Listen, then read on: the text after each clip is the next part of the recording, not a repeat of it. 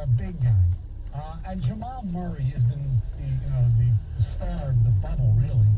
40 points again last night. He's been incredible, and the coach of that team, he started his career as an assistant at Oakland University, right alongside Michael Malone. Done a great job. It's going to be a tough series going against LeBron and AD. You got Murray and Jokic against LeBron and AD, basically. Give the Lakers the advantage there too, but Denver has a lot more depth. Gary Harris from Michigan State starting to play well. That should be great. But the Clippers, they got to fire Doc Rivers, don't they? I mean, every year.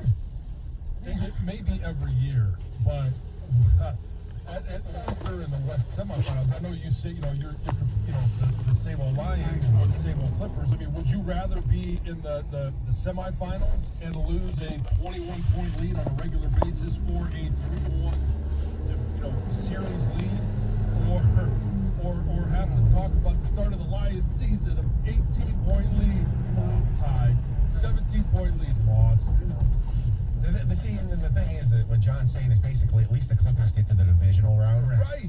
At least they get to the playoffs. Well, yeah. Divisional round. Yeah, it's a little easier in the NBA. Well, it is the equivalent. Yeah. There's 4 rounds in both leagues, and the Lions have gotten to the divisional round one time in my life. Playoffs. I don't know. All right. Our telephone number is 248-539-9797. Still ahead on the program. The best number 33. That's coming up at 7:35. The latest on the Big Ten. We got the Wide 9 coming up at 6:35. Wojo joins us at 9:35. Good morning. Well, I'm going to tell you why new technology is actually making it more difficult for criminals. I've got a great story about these 3 Florida teens who were actually busted breaking into somebody's car, even though the homeowner and the car owner wasn't around. Hey, we always want to make it easier. 97 on the ticket. 97 on the ticket. Traffic.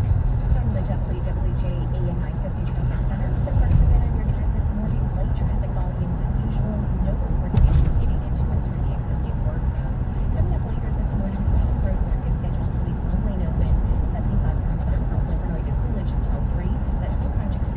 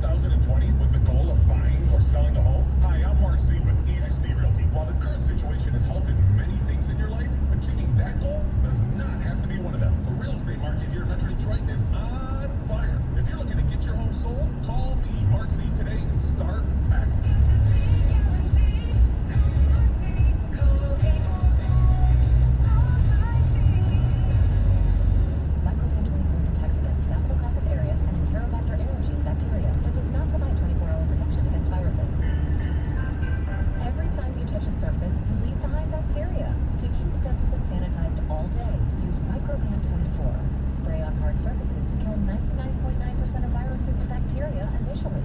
Once dry, Microban 24 is effective for 24 hours on bacteria when used as directed. Microban 24 sanitizing spray, bathroom, and multi-surface cleaner. So are you the type of guy that wants to look put together but doesn't want to spend hours shopping? I hear you. This is why there's Stitch Fix, your personal styling service that delivers hand-picked clothes right to you. Stitch Fix is simple and convenient. Sign up in just a few minutes. Try new styles in the comfort of your own home, and there's no subscription required ever. So, isn't it time to refresh your look? Get started today at StitchFix.com. Stitch Fix, personal styling for everybody. This is the Frost family. They live on a piece of land they call greener pasture, and they work on it behind the wheel of a John Deere World Series tractor. With its durable construction and features that hook up to dozens of attachments with ease, no job is too tough. The Frost family runs with us, because this is more than just land. It's home. Nothing runs like a deer. Get a 1 Series tractor for just $99 per month at your John Deere dealer today. For additional cost information, please call toll-free 855-633-2315. This is time that matters. A window of time to help protect the ones you love. Your preteen benefits from staying up to date with their well visits. This is your window of protection. Schedule their well visit now. Brought to you by Merck.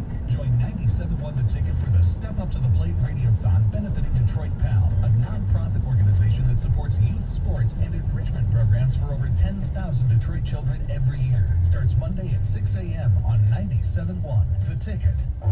Your opinion matters. Call the D Las Vegas 97.1 The Ticket studio line at 248-539-9797. Book your stay at the D by visiting thed.com. The D Las Vegas, the home for Detroit sports in Vegas.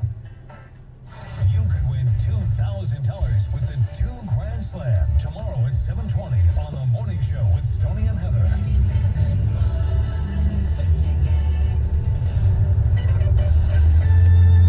All right, got the Wide 9 coming up at 6:35. Right now, it's news time with Heather. Good morning. Stoney, what's on your shirt? Is that a roof shirt? Yes. All I see, it's the way you're sitting, I just see your belly and a bunch of letters across it. Yeah, well, and I couldn't tell what it was. The lettering and the stuff doesn't start really till, later in the shirt, like down on the shirt. Yeah, it's an interesting, it's a very interesting shirt. Yeah, it says Radio Nowhere. It says Radio Nowhere, which is going to be the title of our new show. There you go. Interesting. Okay, boys. So the man who actually barricaded himself and also held hostages in a Detroit home yesterday morning is a suspect in a triple homicide. So this sounds like he's a very dangerous guy. They say the triple homicide took place on June 11th, where 3 men's bodies were actually found by the Detroit Fire Department after they extinguished a home that appeared to be involved in a house fire. And now this whole situation with the barricaded gunmen and the hostages is going on about 24 hours. So this has been going on for a long time. According to police, the man did release one of the hostages yesterday, and I had the news on this morning, and it looks like the second hostage has escaped as well. But it does sound like they're still being very, very cautious, and they're practicing, a lot of patience, because they say this man admitted that he has mental health issues and he hasn't been taking any of his meds.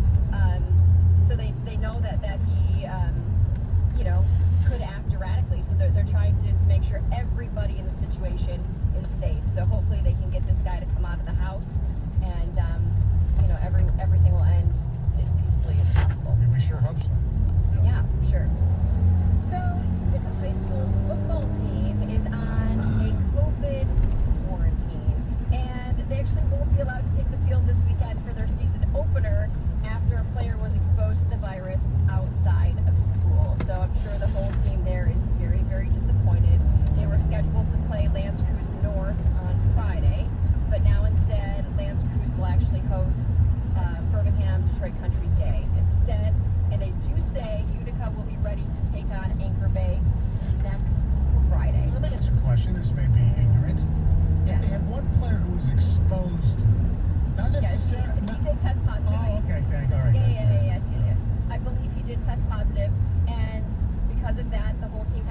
under a 2-week quarantine.